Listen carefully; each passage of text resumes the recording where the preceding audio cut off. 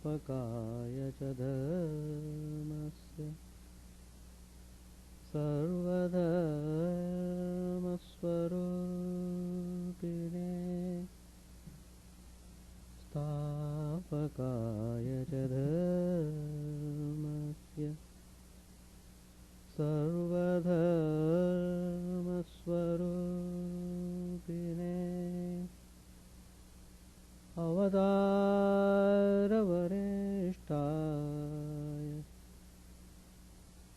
रामकृष्णाय ते नमः। असतो मा सद्गमय तमसो मा ज्योतिर्गमय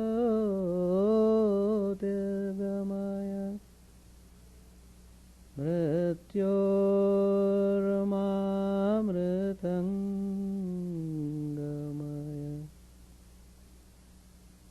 ॐ शान्ति शान्ति शान्ति।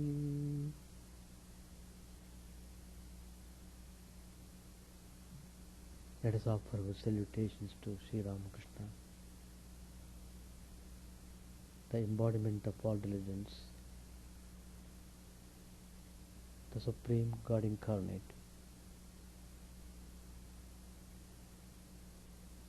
Let us pray to Him to lead us from the unreal to the real, to lead us from the darkness of ignorance to the light of knowledge, to lead us from death to immortality.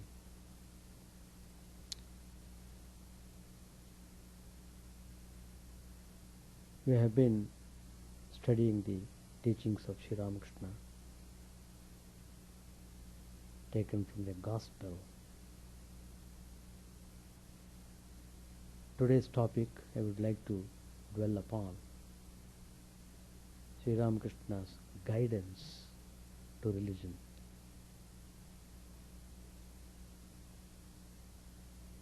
Everyone, in a way, is following religion in one way or other.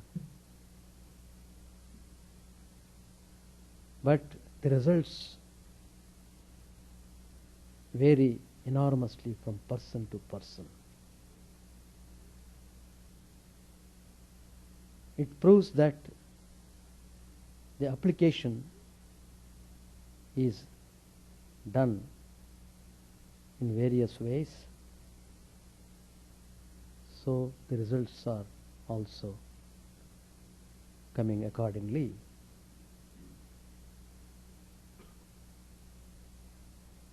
Man's progress consists in his upward passage from body obsession to mind preoccupation, and from mind preoccupation to soul engrossment. To the brute, the physical body is his all. All his time is taken up in ministering to its needs and satisfying its urges. And when the body is well nourished, he thinks he is all right and is quite free from want or deficiency of any sort. To the man with a developed intellect, mere bodily soundness doesn't bring complete satisfaction. He is more willing to go without a meal than, say, miss the chance of listening to a good talk. He would rather go to attend a fine discourse on spiritual matters rather than spending his time in eating. That is, the mind's joys are far more appealing to him than the body's pleasures. And to the person with a philosophical outlook and a spiritual bent, the soul's sense of fulfillment matters very much more than body gratifying or mind charming. Religion makes an appeal to all men. There is no doubt about that.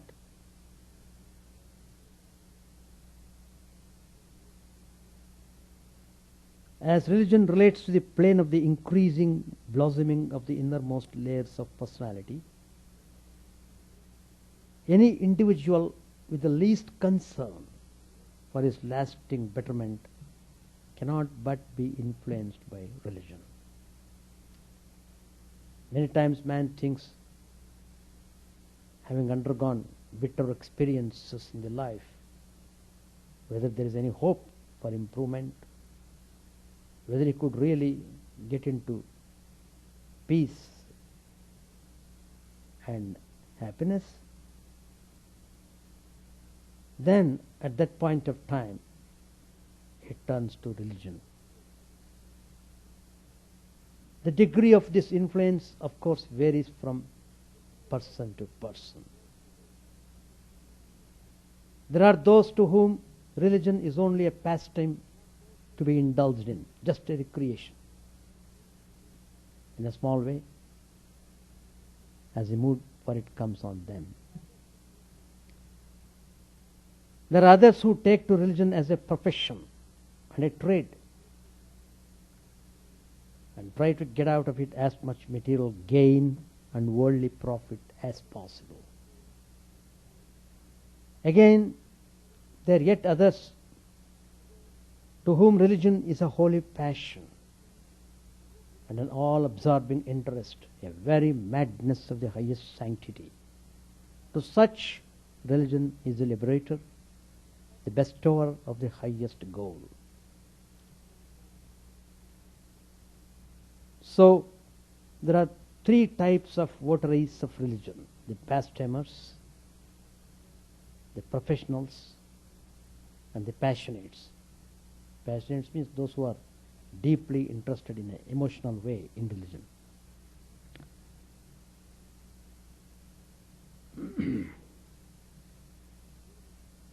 Anyway, whoever comes to religion in whatever way, the very fact that a person has come to religion assures him some hope. Lord Krishna says in the Gita, he gives assurance. In this path, no effort is ever lost and no obstacle prevails. Even a little of this righteousness saves from great fear.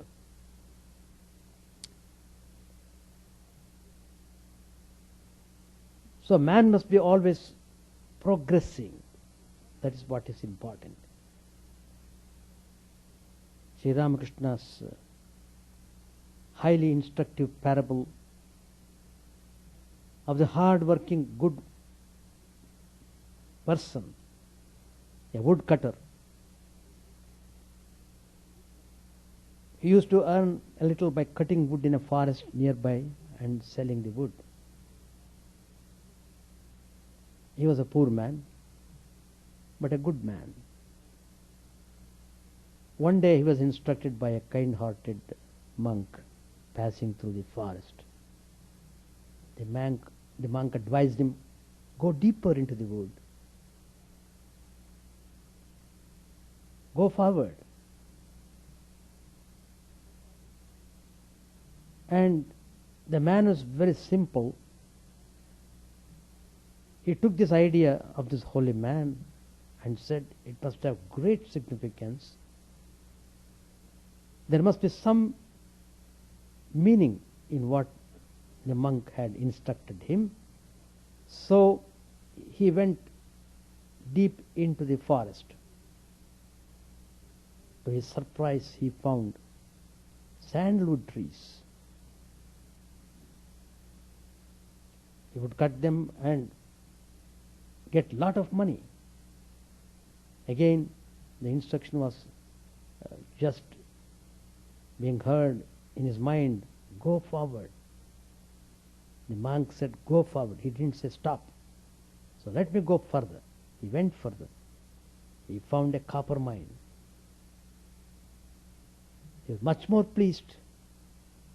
He became more rich than before. Again he went further. He got a silver mine. Then a gold mine. Then finally a diamond mine. So, that's the climax. He was supremely satisfied and all his wants were removed. He became the richest man who was formerly very poor. So the idea is it stresses the need for a continuous pushing on in the adventure of religion. So when you are practicing religion, don't halt, don't stop. Always remember, go forward, go forward. There's yet to get things, there's yet to realize something more. And in matters of religion, when you go further and further, you get more and more joy. And finally you come across a state where you find the joy is infinite. There's yet another parable of the Master, which holds out a hope for perfunctory beginners and even insincere imitators. Once, this story has been told by Sri Ramakrishna in the Gospel, it is there. Once a thief got into the palace at night to steal some valuables. Somehow he could dupe the guards and enter the inner apartment of the palace. He was just waiting for the time to steal the things, but he heard the king telling his queen that he proposed to give the princess in marriage to one of the sadhus staying on the bank of the river. The thief got that idea. Immediately it stirred his mind. Well, the king is telling that he would give his daughter to one of the sadhus staying on the bank of the river. Definitely I can become very rich in no time. He thought. He began to scheme. Immediately he left the palace without stealing anything. He is getting the daughter of the king what to steal. He would get the whole kingdom itself. He thought like that. So he disguised himself as a sadhu, as a holy man, and went and sat on the river bank amidst all other holy people, sitting in a meditative posture, holding rosary in the hand and rotating, closing his eyes, sometimes keeping open and seeing what things are happening. So the messengers, they came, the king's messengers, in search of the sadhu who would marry. So they came to this river bank and they met all these holy people. One by one, the messengers were asking whether any one of them would like to become son-in-law of the king. But all the other monks who were really practicing religion, they spurned the offer. Then the messengers came to this thief sadhu, who was thief, who is now disguised as a sadhu. And when the messengers told this, the thief did not answer anything. He simply kept silent. the messengers took his silence to signify consent and brought the king himself to the palace.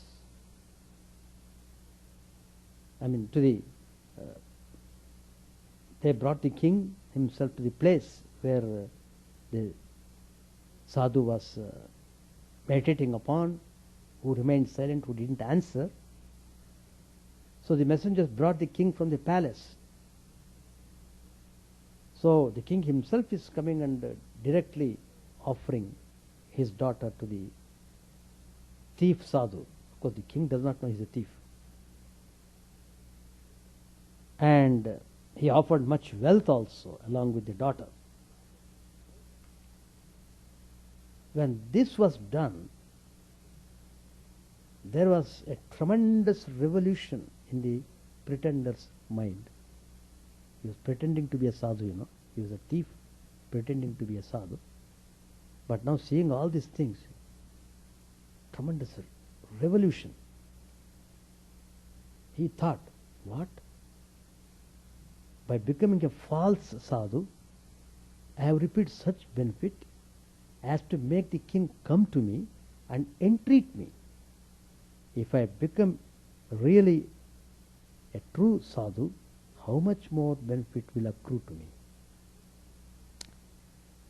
This thought became so deep-rooted in him that he turned a true monk at once. He rejected the king's offer. He did not marry at all and ultimately became one of the most pious ascetics of his day. The counterfeiting of a good thing sometimes leads to unexpected good results.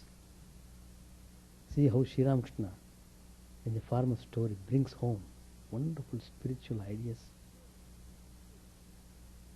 So, even by imitation, sometimes, you may become really good.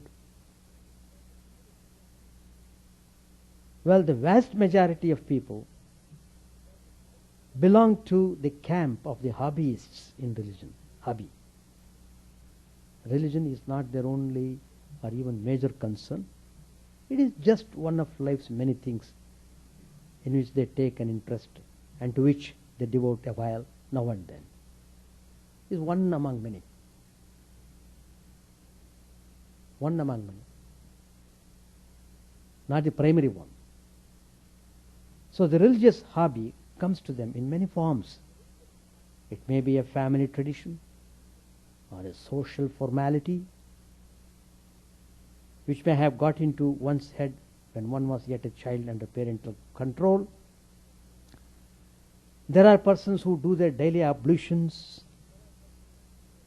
and some kind of practices, but do them going through the prescribed ritual in the most mechanical manner with no idea as to its significance, and yet they feel they are orthodox and they know all about religion. It's a superficial level. There are others who spend a thought on God when they foresee an adversity, a calamity, and sign a contract with Providence promising a temple visit or stipulated offering. Sankata Bandaga Venkataramana. There's a proverb. When the adversity comes, he thinks of Lord Venkatesha. There's the English translation of the Kannada saying, Sankata Bandaga Venkataramana. So, when his desire is fulfilled, he dutifully fulfills the vow. There are yet others who get affiliated to a new sect or a modern movement, and just they say, I am one of the members of that society and so on. That's all. Nothing serious.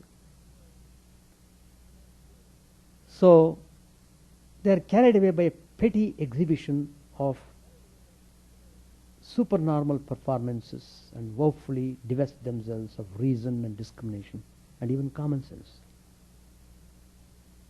There are also persons who keep religion within bounds, as it were, telling it thus far, no farther.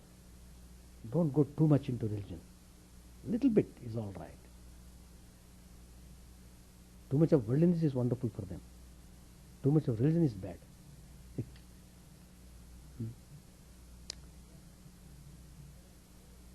Well, there are clever individuals who exploit religion for the satisfaction of their appetites and keep away from it when the appetites get cloyed.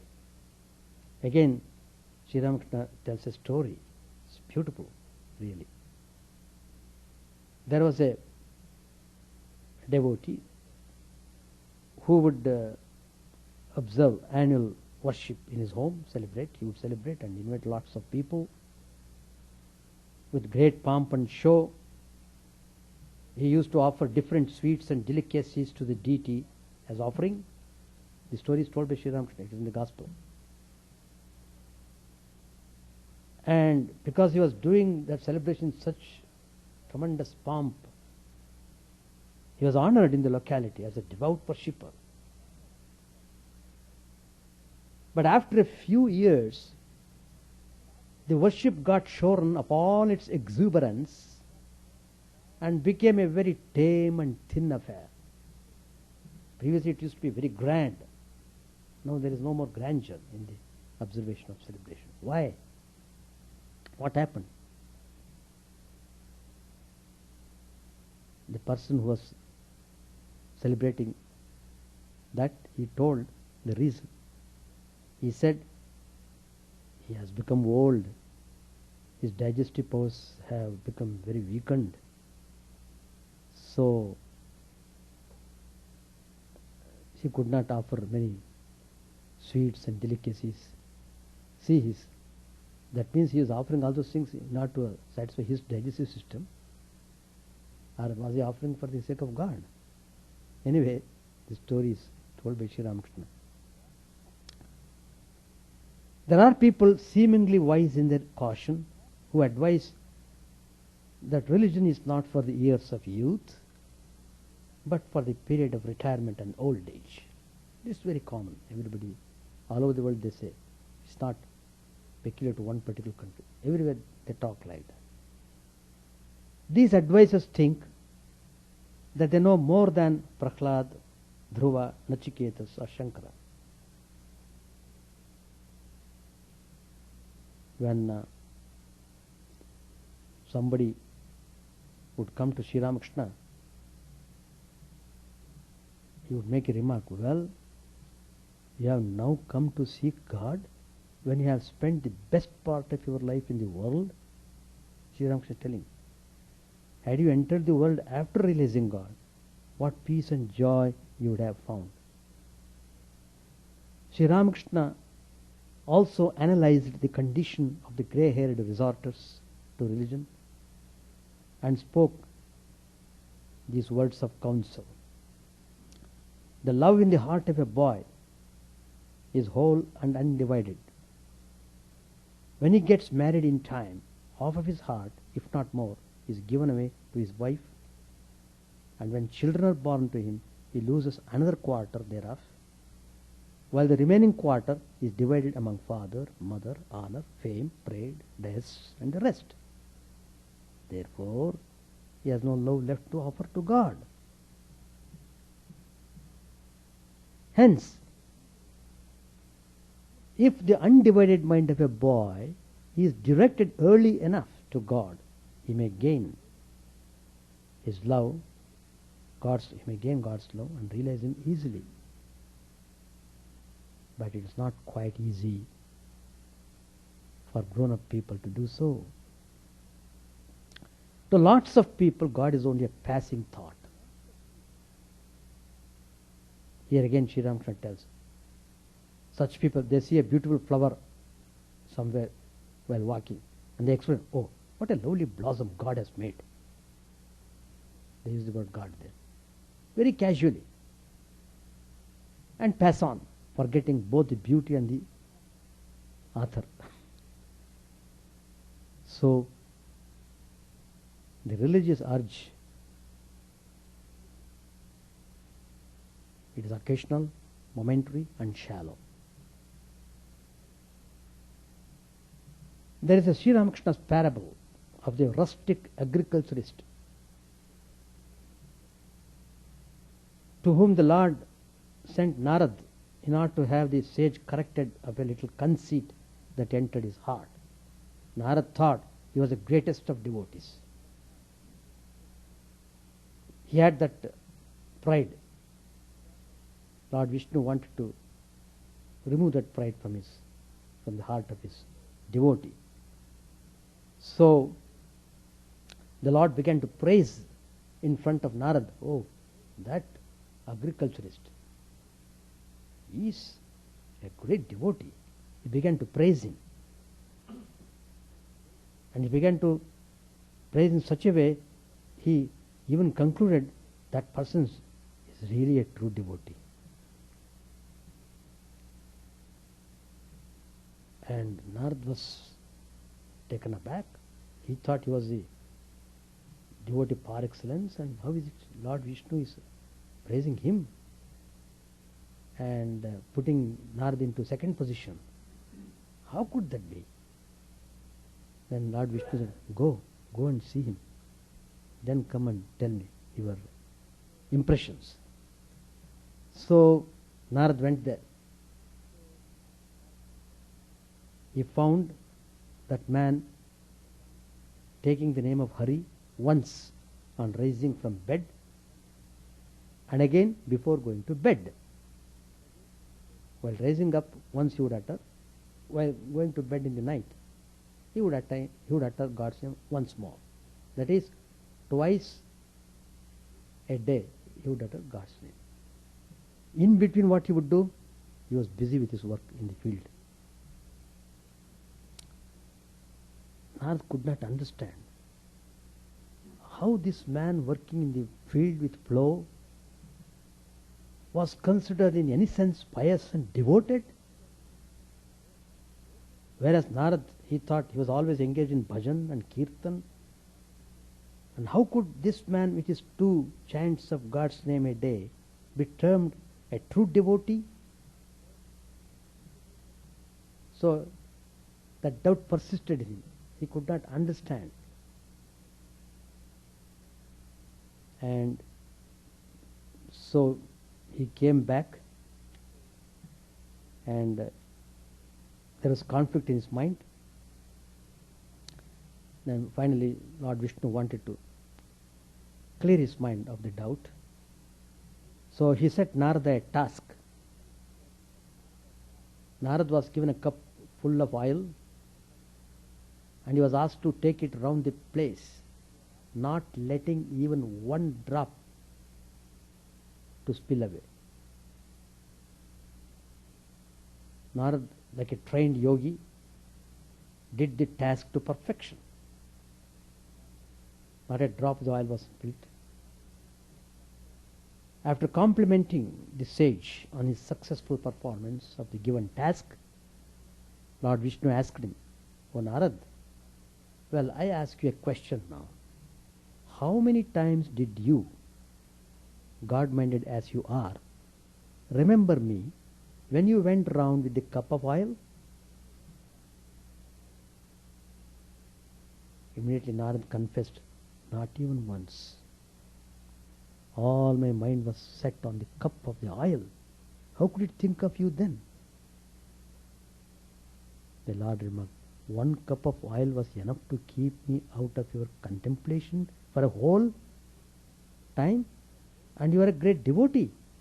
But despite the exacting demands of family maintenance and homekeeping, the village farmer regularly remembers without fail. He remembers me twice a day. Is it not something very worthy?" Narad was humbled. So, the point to be noted here is indeed not the fewness of the rustic's utterances of the Lord's name, but the disciplined way in which he did the utterances. If a steady undercurrent of God remembrance had not been there all the day in the village's mind working, he could not have been so very unfailing in the 2 repetitions of the holy name. And the all-knowing God doesn't evaluate depth on the basis of external signs and surface ripples. He sees well within, not by your external show. You may have very good religious marks on the forehead. You may have 2 rosaries on your neck and beads on the wrist. All these external insignia you may have. And you may loudly utter God's name also. But God looks into your inner heart. Well, how Sri Ramakrishna is pointing out all these defects and give corrections to us. It's for us to correct. Correct yourselves and enjoy the life. Religion is meant for giving full satisfaction to the life. Don't think by coming to religion you will lose satisfaction. On the other hand, you get real satisfaction. That's the message of Sri Ramakrishna. Now again, another point Sri Ramakrishna is telling now, which is very humorous. That's also very interesting. Religion is used as a trade. Well,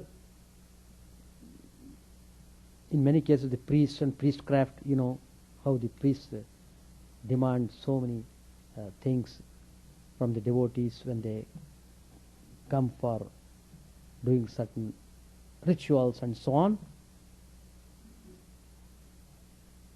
It doesn't mean that all the priests do the same way, generally speaking, generally. That is, the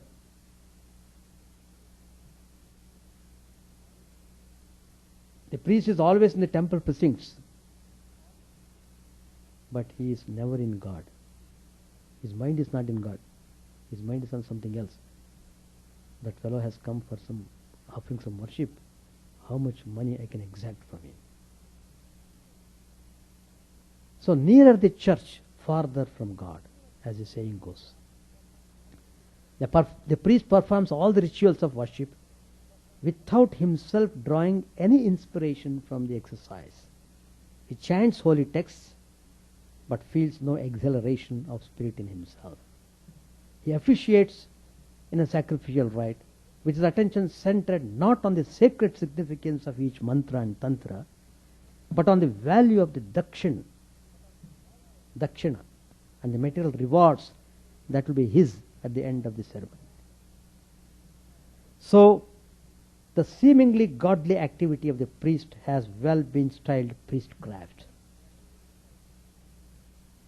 And priestcraft is to be found all over the world and in every age.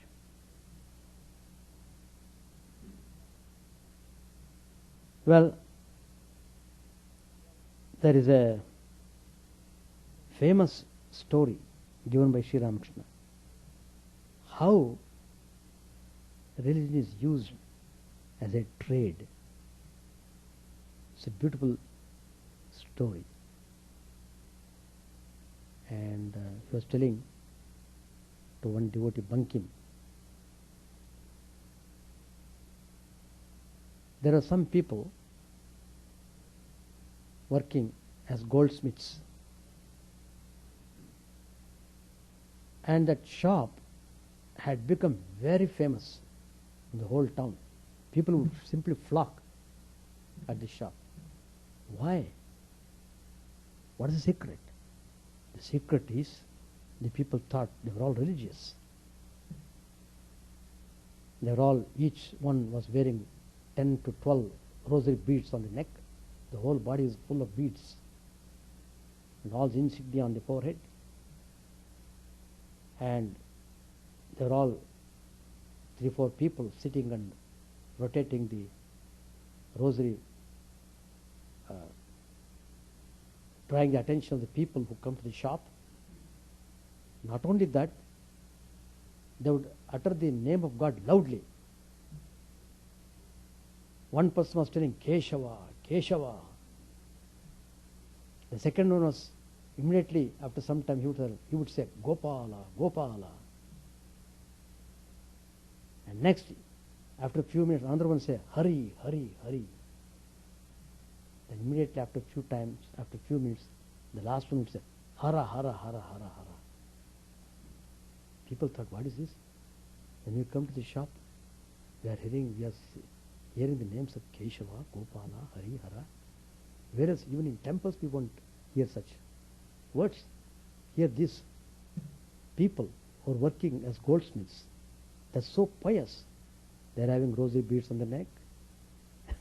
They are chanting God's name. But Sri Ramakrishna explains that inner meaning.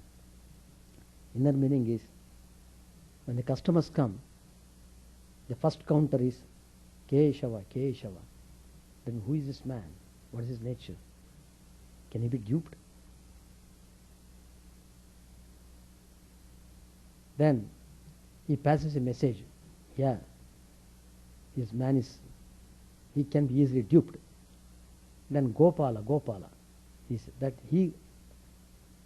comes to next counter. See, while passing through one counter to another counter, they are transacting money transaction. They purchase some gold or diamond, whatever it is. Transaction is going on. And in between this transaction, they are sending the secret message from one to another. And this Gopala, Gopala is saying, oh, they are like a herd of cows, And definitely you can dupe them. Then the third fellow says, Hari, Hari. That is, can we rob them? Yes, you can rob. And then that message is gone to the last one. Then he says, finally, Hara, Hara. Yeah, he can be robbed totally. Then by the time he reaches the last counter, all his money is taken away, and whatever the gold or diamond would be given. But afterwards, all these religious traders, they would laugh among themselves. They earn a lot of money today. So, how Sri Ramakrishna is telling how religion is used as a trade. It's a beautiful story. You read it in Gospel. Nicely Sri Ramakrishna explains that. It's a famous story. Keshava, Keshava, Gopala, Gopala, Hari, Hari, Hara, Hara.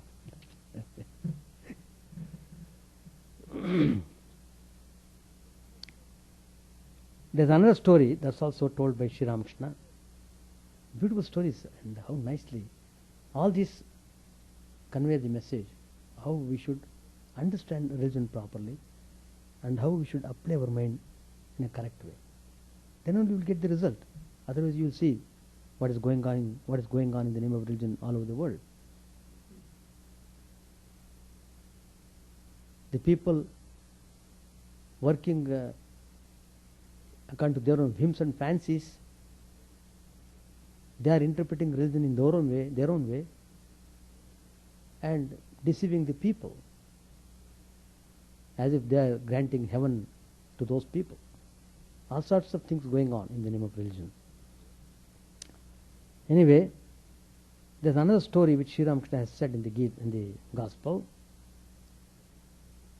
Once Chaitanya Mahaprabhu, in incarnation, very great devotee of Lord Krishna, once he was chanting Hari's name, and he got into trance. In that absorbed condition, he just fell into the ocean. Luckily, there were fishermen, so they hauled him up in a net. And these fishermen somehow saved him, took the body from the ocean and brought him on the shore. But since these fishermen came in contact with this sacred person, because they touched the Chaitanya Mahaprabhu's body, that was enough. Simply by touching the body of Chaitanya Mahaprabhu, they went into trance. Their mind rose very high level. So they stopped all their work. They were roaming about, chanting name of Hari, and totally not conscious of the external world. And the family people, they were all frightened, relations and wives, they were all frightened. What has happened to these people? What is the melody? How to cure them of this madness? So finally they all came to Chaitanya Mahaprabhu. Sir, please rescue our husbands, and they're all going in the street and they are not coming home at all, and all the time they are repeating Hari Hari like that, and who will take care of us? Like that they began to wail. Then Chaitanya Mahaprabhu told them, well, I will tell you a solution, do like that, they will come round. What is that? Get some rice from a priest's house and put it in their mouths. All of them will be cured of their present malady. They did accordingly. Immediately, the fishermen lost their blissful ecstasy. Such is the contaminating influence of worldliness and impurity on spiritual growth. So one is, because of the contact of the Gauranga Chaitanya Mahaprabhu, they went into ecstasy. And then because afterwards, by the touch of the worldly people, priests, they lost all their ecstatic state. But again, as I said earlier, all the priests are not like that. Even being a priest, how the priest should behave and how he should utilize his opportunity, his God-given opportunity to be a priest. But if you use in that sense, and if you are sincere, you will definitely reach the goal. And Sri Ramakrishna himself is the example. He is a spiritual conflagration, elected to be a temple priest as a first step to his becoming a Paramahamsa. This is a great lesson and a high significance. The priest in the temple has one great advantage. He is always in holy surroundings, in elevating environments. He must put that great privilege to a good use. The sacred image, the worship at stated hours, the devotees who throng to temple, the devotional music and the hearty chants, these easily help the priest to float in an atmosphere which is much more congenial to self-improvement than the atmosphere in which other classes of employees have to toil. So, again Sri Ramakrishna tells another story, probably the time is on. Well, after this story, we will conclude this topic. The story of the Bhagavad Pandit, that's also in the Gospel. The Pandit was very much well versed in Bhagavata, a great scholar. One day, some fancy idea came to him. He approached the king and offered him to be his teacher. The king was a sensible man. He felt that a true student of the Bhagavad would rather seek self-fulfillment than yearn for court honors. And so he told the Pandit, please master the Bhagavata yourself first and then come to teach me. The learned Pandit was mortified, went home and studied the Bhagavata again with much application, and came back to the king only to receive the same direction to master the Bhagavata himself.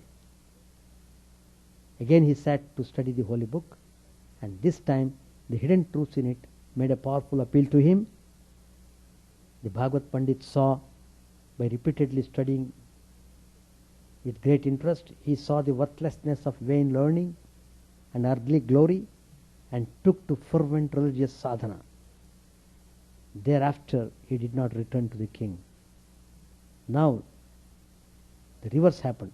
The king came seeking him, and seeing the radiance of wisdom on his face, begged to be taught by him. So the Pandit, the preacher, the priest, and others of their group must, instead of offering to enlighten and sanctify others, turn the light inward and better themselves. Then they will find that they are much sought after. So, Sri Ramakrishna has given tremendous instructions through all these stories, and it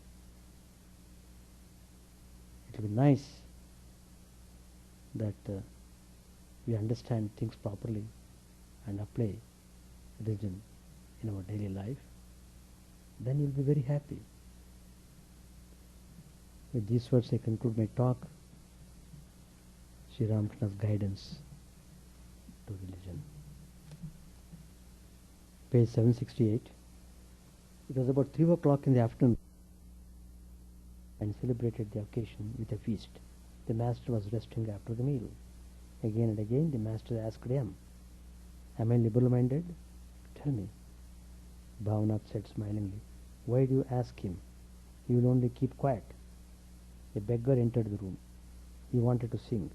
The devotees listened to a song or two. Narendra liked his singing and asked him to sing more. Master said, "Stop, stop. We don't want any more songs. Where is the money?" To Narendra he said, "You may order the music, but who will pay?" A devotee said smilingly, "Sir, the beggar may think you are an Amir, a wealthy aristocrat, the way you are leaning against that big pillow." All laugh. Master said smilingly, "He may also think I am ill."